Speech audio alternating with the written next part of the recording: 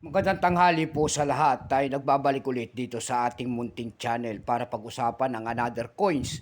Kung magkano ng kanyang mga presyo o halaga sa ating mga online selling. Magandang tanghali po sa inyong lahat. Ang pag-usapan natin barya po ay pera po ng Australia. Ayan. Pera po ng Australia. Ayan. 1 euro po. Baka mayroon kayo niyan. Bultuhan po ang ating bili sa mga ganyan mga world coins. Foreign coins po. Ayan. 1 euro po ng Australia. Titignan natin kung magkano ng kanyang mga presyo sa ating mga online selling. Pero bago yan, magpapasalamat lamang tayo sa lahat ng tagapagsubaybay dito sa ating munting channel. Lalo-lalo na po yung ating mga subscriber dyan. Thank you so much sa suporta po. Maraming salamat and God bless. At magandang tanghali po sa inyong lahat. Yun naman po hindi pa po nakapag-subscribe dito sa ating munting channel, anyayaan ko lang sana kahit malaking bagay na po tulong sana ang inyong magagawa. Tulad na lamang po sana ng pagpindot ng ating subscribe button, like and share para ma-update ko naman kayo sa mga litis ko pang gagawin mga video po. Ito po ang ating pag-uusapang barya ngayon.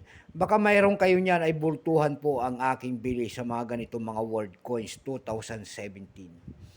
Ayan, tingnan natin ang kanyang presyo pero bago yan, kilalanin mo muna natin siya. Issue po nito ay Australia.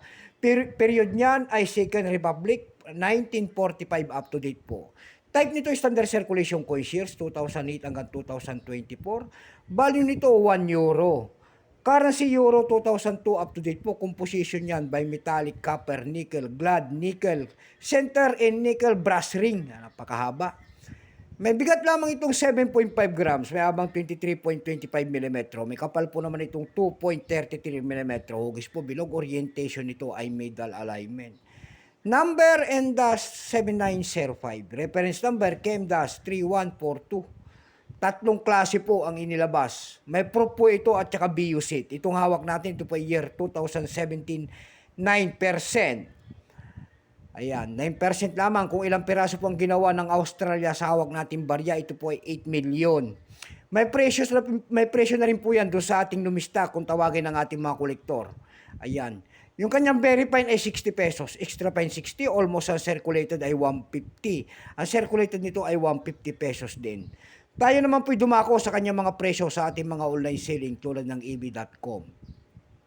Ayan. Sa eb.com po, mayroon tayo nakita nagbebenta doon ng $12.93.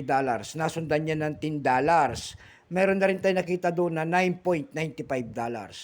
Dako tayo sa Carousel PH, pangalawang platform. Tingin-tingin ng kanyang presyo. Ayan.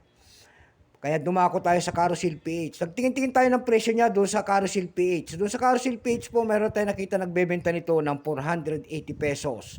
Nasundan po yan ng 280 pesos. Ayan lamang po ang aking may babaging kanyang presyo. At magandang tanghali po sa lahat.